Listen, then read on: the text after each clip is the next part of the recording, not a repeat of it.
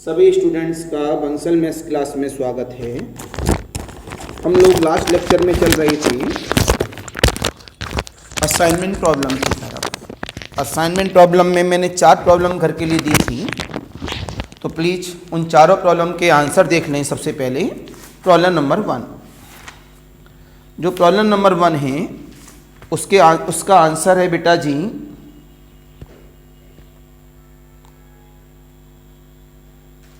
1 का C,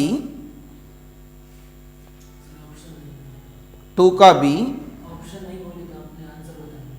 3 का A। आप समझे ही नहीं, मैं शेड्यूल बोल रहा हूँ बच्चा। प्रॉब्लम नंबर 1 में जो 1 2 3 ABC दी गई होगी, इसका शेड्यूल है ये। शेड्यूल बोल रहा हूँ 1 का C, दूसरे का B, तीसरे का A, और उसका टोटल मिनिमम कॉस्ट रहेगी 280। अब प्रॉब्लम नंबर 2 की बात कर रहा हूँ। शेड्यूल में शेड्यूल बता रहा हूँ, A का फर्स्ट, B का थर्ड, C का सेकंड और D का फोर्थ, राइट। और इसका टोटल मिनिमम कॉस्ट है 41। प्रॉब्लम नंबर 3 की बात कर रहे हैं हम लोग सभी।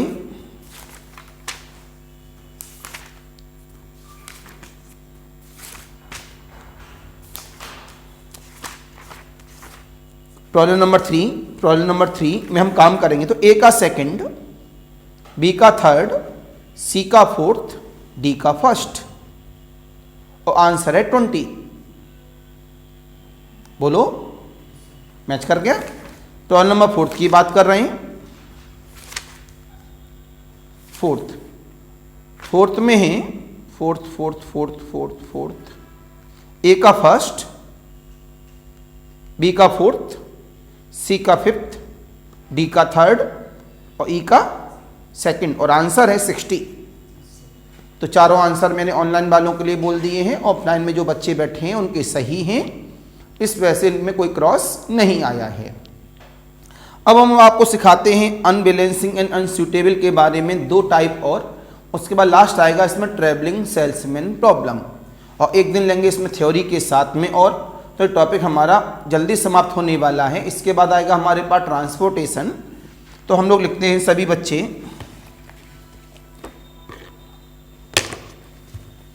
प्रॉब्लम नंबर 1,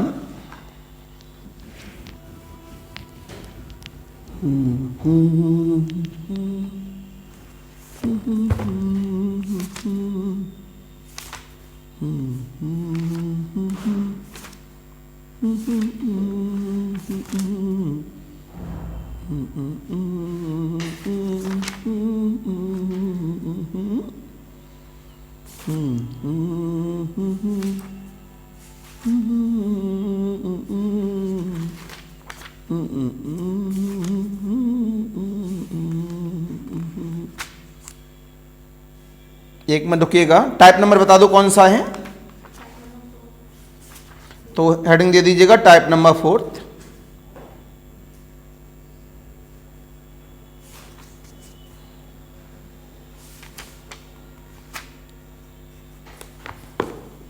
टाइप नंबर 4 में लिखेंगे अनबैलेंस असाइनमेंट प्रॉब्लम। हेडिंग देंगे unbalance assignment problem.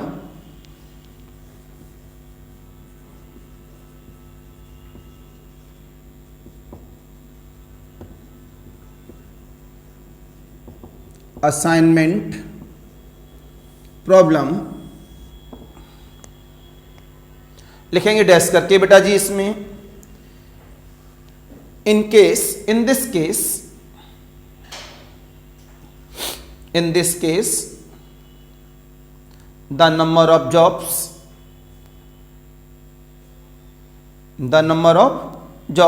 is not equal to number of persons, comma, the assignment problem is called the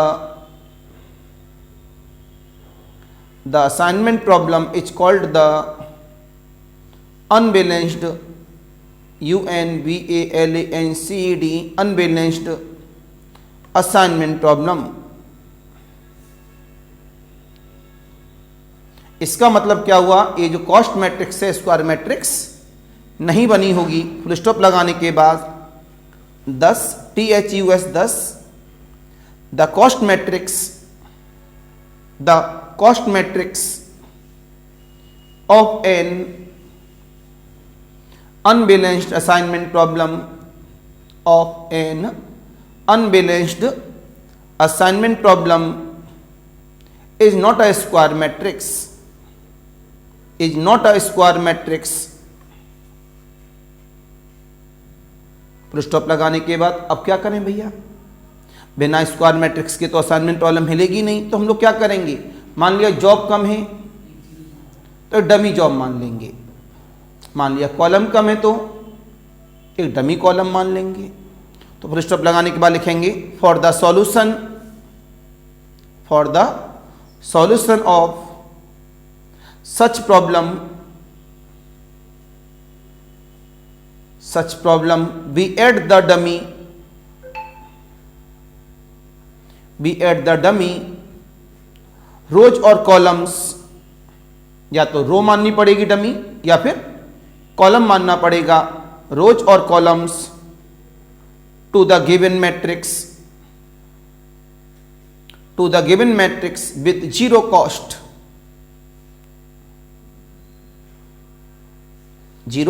cost to form it a square matrix, to form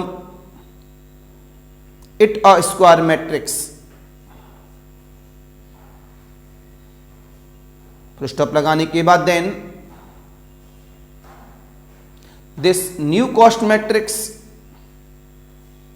then this NEW new cost matrix is balanced BALANCED balanced assignment problem. जब उसके अंदर हम लोग जितनी job या persons कम है उतना dummy बना देंगे तो वो किस में चेंज हो जाएगी, बैलेंस असाइनमेंट प्रॉब्लम में।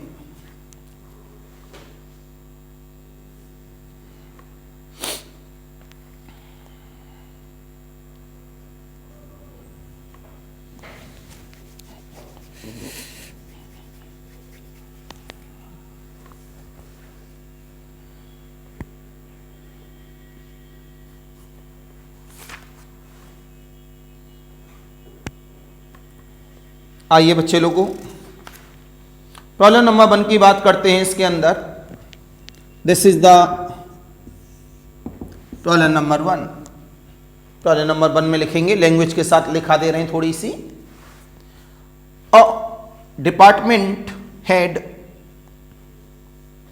मतलब इसमें लिखें प्रॉब्लम में, a department head has 4 tasks FOUR 4 tasks to be performed, TO2 be performed, and 3 subordinates SUBORDINATES।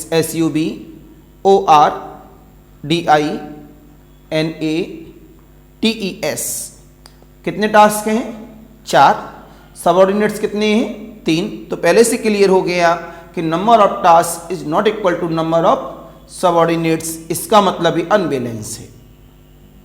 ठीक है, तो इसमें अपनी मर्जी से क्या मानेंगे, एक डमी क्या मानेंगे, सबऑर्डिनेट्स, जिसकी सारी कॉस्ट क्या होंगी, 0 0 0। It is clear. Full stop लगाने के बाद लिखेंगे द सबऑर्डिनेट्स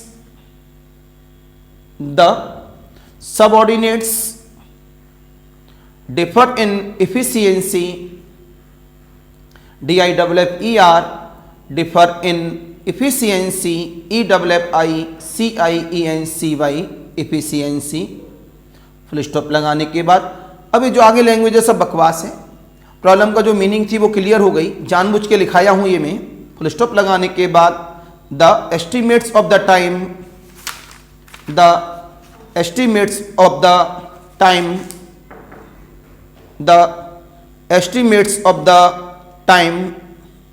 तो हमें क्या करना है, टोटल टाइम पता करना है। तो हमें क्या पता करना है?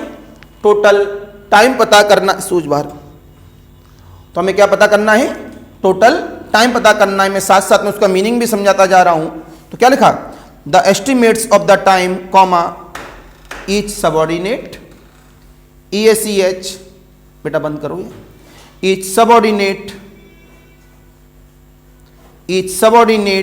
would take to perform, WOULD would take to perform, comma are given below in the matrix,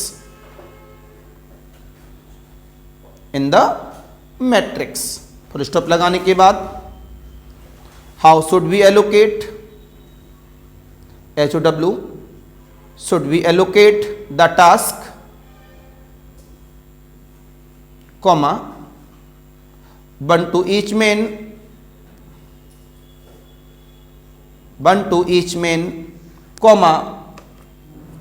comma so as to minimize the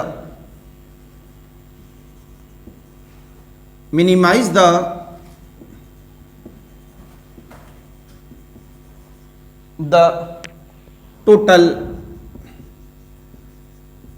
man hours।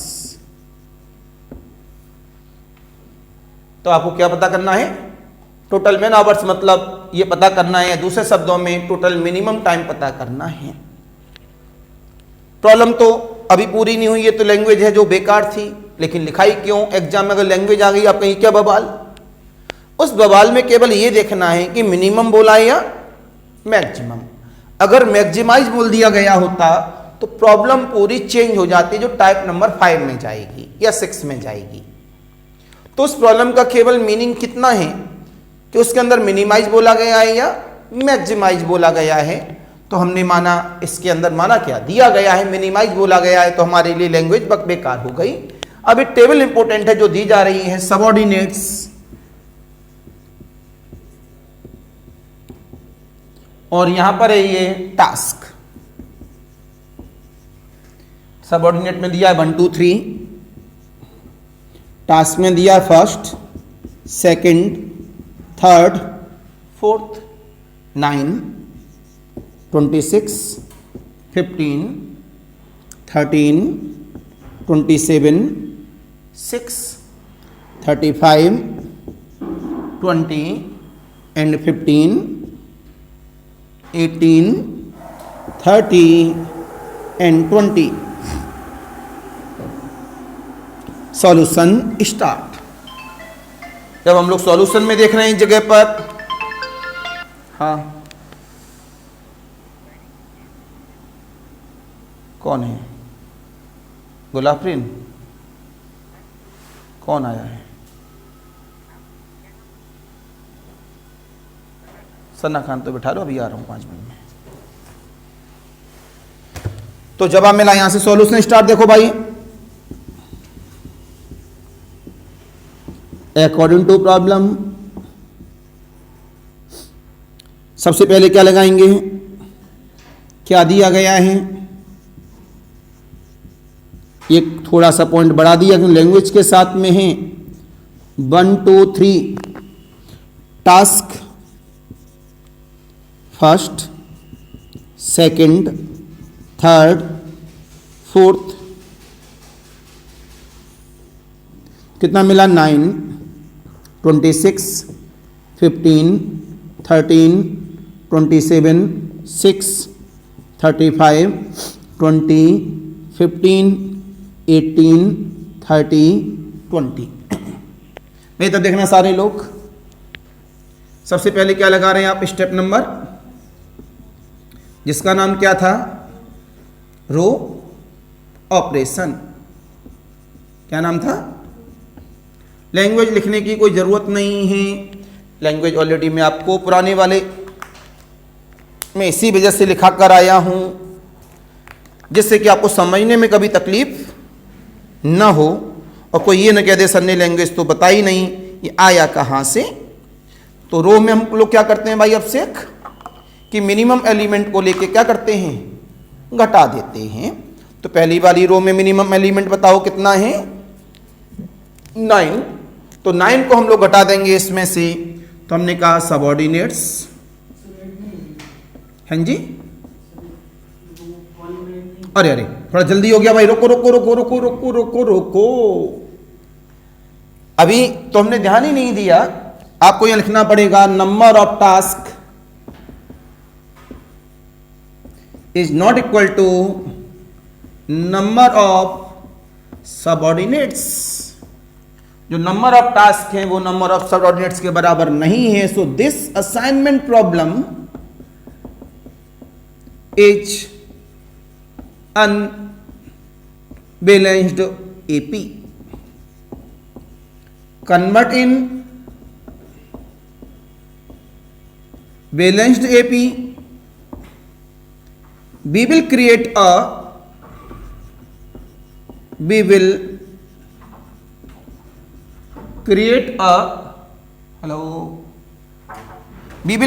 क्या कमी है भाई, अब से एक सबऑर्डिनेट कम या टास्क, सबऑर्डिनेट कम है। We will create a subordinate, we will create a subordinate four with all zero cost. We will all zero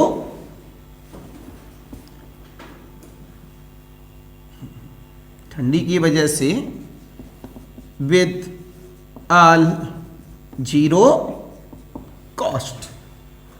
then new matrix which is balancing, जो कैसी है, बैलेंसिंग। लेके आओ भैया, ये क्या हुआ, जगह कम हो गई, हटाना पड़ा। सोलंकी सोच रहा था घर में गाड़ी भेजूं, बुलाऊं आपको। क्यों सोलंकी, कहाँ थी इतनी देर तक, सोती बहुत हो।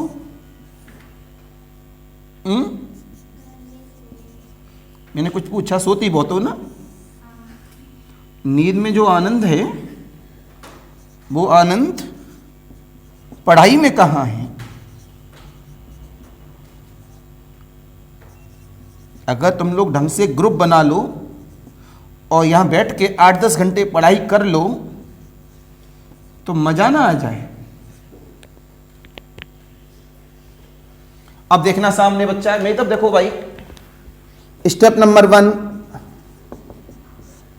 क्या लगाएंगे, रो ऑपरेशन। जब कभी भी, चलो बना लो कोई दिक्कत नहीं है, जब कभी भी हम लोग एक कॉलम इंक्रीमेंट करते हैं तो रो ऑपरेशन लगाने से मैट्रिक्स के ऊपर कोई भी इफेक्ट नहीं पड़ता है। लेकिन जब कभी भी रो लेके आते हैं जीरो मैट्रिक्स के साथ, मतलब जीरो रो के साथ, तो कॉलम वाले ऑपरेशन से कोई इफेक्ट नहीं पड़ता। लेकिन एक कॉन्सेप्ट है, बढ़ा लो कोई दिक्कत नहीं है। इसमें क्या बताया था कि प्रत्येक रो में एक मिनिमम एलिमेंट ढूंढेंगे और उस एलिमेंट को प्रत्येक एलिमेंट में से घटा देंगे उस रो के प्रत्येक एलिमेंट में से। तो घटाओ भैया, इसका नाम क्या है, सबऑर्डिनेट्स। इसका नाम क्या है, टास्क। 1 2 3 4 1 2 3 4, राइट। जब आ मिला minimum element is zero, zero को सभी में से घटाते हैं कोई भी effect, minimum element is zero, zero को सभी में से घटाते हैं कोई भी effect, minimum element is zero, सभी को घटाते हैं कोई इफेक्ट, सभी को घटाते हैं कोई इफेक्ट नहीं पड़ेगा। कोई बात नहीं, नहीं पड़ रहा है तो। अब इसके आगे की स्टोरी आती है, इसका नाम है हमारे पास कॉलम ऑपरेशन। स्टेप नंबर, इसका नाम क्या है? Column operation. क्या कहता है ये? कॉलम ऑपरेशन, सब ऑर्डिनेट्स 1 2 3 4 और यहां सरकार आ जाता है task, TASK, task, first, second, third. ध्यान से देखना सारे लोग, ये क्या है? 9। Minimum element is 9 in the first column. घटाओ सभी में से 0, 13 में से 9 गया 4, 35 में से 9 गया तो 26, 18 में से 9 गया तो 9। Minimum element is 20, 6, 7, 0, 10। Minimum element is 6, 9, 0, 9 and 14। Minimum element is 0। Okay, इसके बाद हम लोग क्या करते हैं? 0 को इनक्लोज्ड बनाना चालू करते हैं, और ये मैंने आपको पुराने वाले 3-4 लेक्चरों में समझा दिया है विद लैंग्वेज। पहली वाली रो में कितनी 0? 2, कोई भी 0 इनक्लोज्ड नहीं होगी। दूसरी वाली रो में कितनी 0? 2, कोई भी 0 इनक्लोज्ड नहीं होगी। तीसरी वाली रो में कितनी 0? 2, कोई भी 0 इनक्लोज्ड नहीं होगी। चौथी वाली रो में कितनी 0? 1, वो क्या हो जाएगी? इनक्लोज्ड। जब रो इनक्लोज्ड होती है तो क्या करती है? अपने इनक्लोज्ड वाले कॉलम में सारी 0 काट देती है। अपनी सारी 0s ने रो प्रोसेस समाप्त हो चुका है। अब कॉलम की बारी। पहले कॉलम में कितनी 0? 1, तो इनक्लोज्ड हो जाएगी। इनक्लोज्ड होगी तो अपनी रो में कट करेगी, कोई है ही नहीं। दूसरी वाली कॉलम में कितनी 0? 1, इनक्लोज्ड हो जाएगी, अपनी रो में कट करेगी, कोई है ही नहीं। तीसरी वाली कॉलम में इनक्लोज्ड हो जाएगी, सिंगल है, रो में कट करेगी, कोई है ही नहीं। चौथे में बन चुका है, ये कितना था? 4। रो प्रोसेस समाप्त, कॉलम समाप्त। अब ये देखो कोई 0 ऐसी हो जिसपे क्रॉस और इनक्लोज्ड ना आया हो, सभी पे आ गया। अब ये ढूंढते हैं नंबर ऑफ इनक्लोज्ड 0 कितनी है? 4, और नंबर ऑफ रोज कितनी थी? 4। इसका मतलब हमारा ऑप्टिमल असाइनमेंट शेड्यूल बिल्कुल ठीक बन चुका है। तुरंत यहां से बोला गया optimal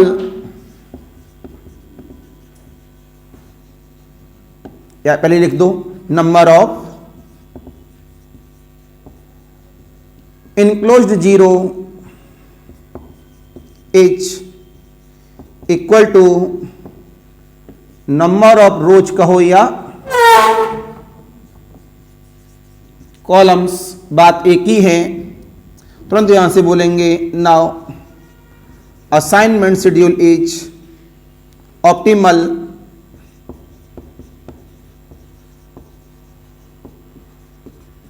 assignment schedule is first का फर्स्ट, सेकंड का थर्ड, थर्ड का सेकंड, फोर्थ का fourth. Now total minimum time is equal of the original कहाँ है? पहले का पहला 9, दूसरे का तीसरा 6, तीसरे का सेकंड 20, चौथे का चौथा है नहीं तो वो 0 है। कितना मिला? 30।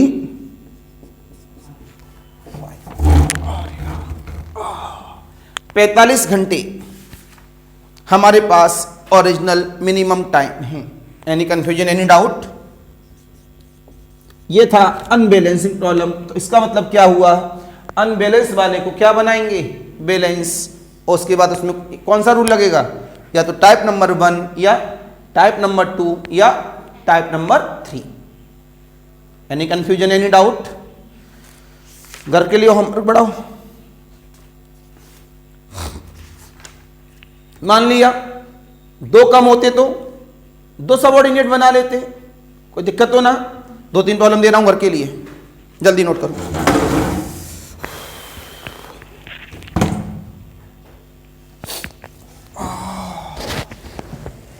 उलंगी ठंड नहीं लग रही?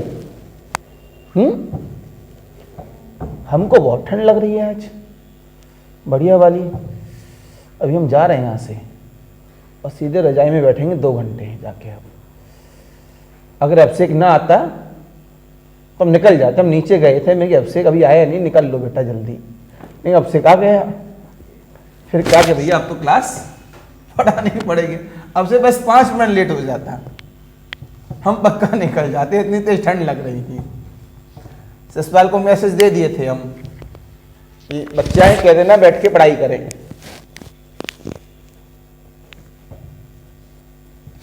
तो बेटा अभी 1-2 दिन और रुक रहे हैं केवल, उसके बाद में सेकंड वाला टॉपिक भी साथ में चालू हो जाएगा। उसका सिलेबस हमने लिखा दिया है और सिलेबस आप लोग हमारा यूट्यूब पे सर्च कर सकते हैं। और जिन बच्चों को सिलेबस में ये लगे कि हमारा खुद का टॉपिक है, वो हमारे व्हाट्सएप नंबर पर मैसेज करके लेक्चर्स की बात कर सकते हैं। सब पेड वर्जन है और कॉन्टेक्ट नंबर है हमारा 9451100522।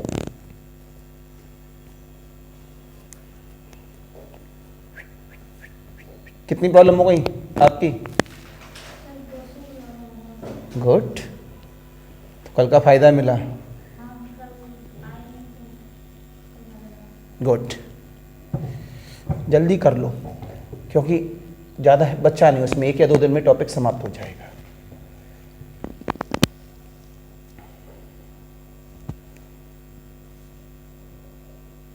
एक तारीख से न्यू बैच चालू कर दे रहे हैं नेट वाला, और उसमें सब कुछ पुराने लेक्चर क्या कर देना है, वो सब बेसिक में चले जाएंगे।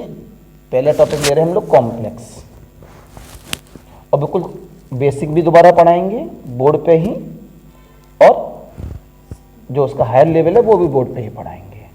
जो कहे कि हमें पुराना बेसिक डीपली वाला और चाहिए तो उसको बेसिक लेक्चर दे देंगे। तो टोटली न्यूली लेक्चर्स।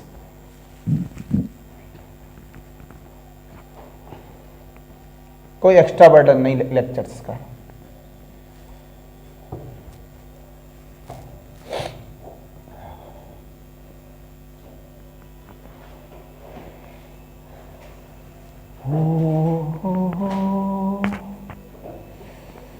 ये हो गया भैया कौन सा टाइप? Type number 4। अब पढ़ाएंगे टाइप नंबर 5।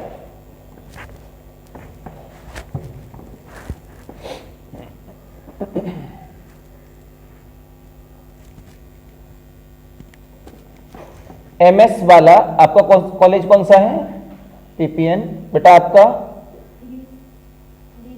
डीबीएस, आपका एचडी। आपके यहाँ चौथा पेपर फज्जी है और आपके चौथा पेपर एमएस है। तो हम लोग इस संडे से या अगले संडे से ये कर सकते हैं कि जिन जिनके ऑप्शनल पेपर है उन्हें संडे लेना चालू कर देंगे अभी से। तो वीकली में 1 या 2 लेक्चर, फज्जी सेट वालों का फज्जी सेट और एमएस वालों का एमएस। तो फज्जी सेट वाली बुक मैं बता दूंगा कौन सी लेनी है, राइटर मेरे को याद नहीं है, नीचे है मेरे पास बुक, उसे देख के मैं बता दूंगा। और एमएस वाली तो मैंने बुक बताई दी है, गुप्ता एंड कपूर।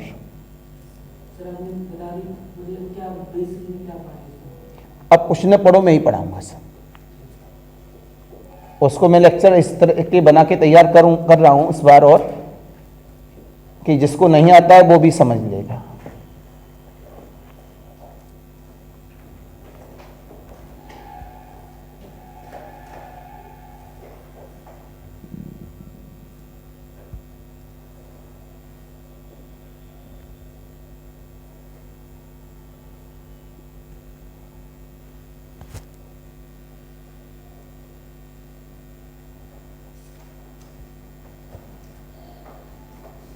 आप इसके दोनों तीनों लेक्चर पुराने वाले देख लीजिएगा।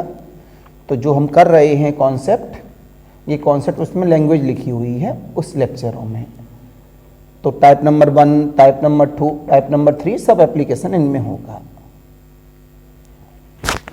अब मैं आता हूं होमवर्क के लिए। सबसे पहले कल मैंने 4 प्रॉब्लम घर के लिए दी थी और चारों प्रॉब्लम के मैंने आंसर बता दिए इस लेक्चर में आपको। तो मैं साथ साथ होमवर्क लिख के चल रहा हूँ, बात का कोई मतलब नहीं रख रहा कि बाद में ये रह गया, ये वो रह गया, कुछ नहीं रहा। होमवर्क लिखेंगे इसमें। अब तो मैं सीधे सीधे लिख दे रहा हूँ कि solve the total minimal assignment problem.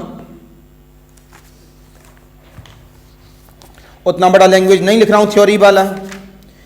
Solve the minimal assignment problem, solve the minimal assignment problem. देखेंगे आप लोग यहां पर क्या है, जॉब्स, यहां पर क्या है, मशीन। ये प्रॉब्लम नंबर 1 है। A B C WXYZ। तो यहाँ जॉब कितनी है 3, मशीन कितनी है 4। तो अपनी मर्जी से डमी क्या बनाएंगे, जॉब्स। बोला करो भाई, बोलते नहीं हो बिल्कुल। 8, 13, 17, 19, 10, 15, 19, 22। प्रॉब्लम नंबर 2 की बात करेंगे। प्रॉब्लम नंबर 2 आ जाते हैं। P1, P2, P3, P1, P2, P3। What is the P1, P2, P3 is the person, J is the job। तो ये है persons और यहाँ पर है jobs। जॉब क्या है J1, J2, J3, J4, J5। तो भाई कितने पर्सन कम है यहाँ 2। तो 2 पर्सन अपनी मर्जी से मानेंगे, P4 and P5। Dummy persons language board पर थी, 0 कॉस्ट के साथ। 7, 8, 6, 5, 9, 7, 8, 6, 5, 9, 9, 6, 7, 6, 10, 8, 7, 9, 5, 6। कल इसका आप मेरे से क्या पूछेंगे, आप आंसर पूछेंगे। प्रॉब्लम नंबर 3 देखेंगे।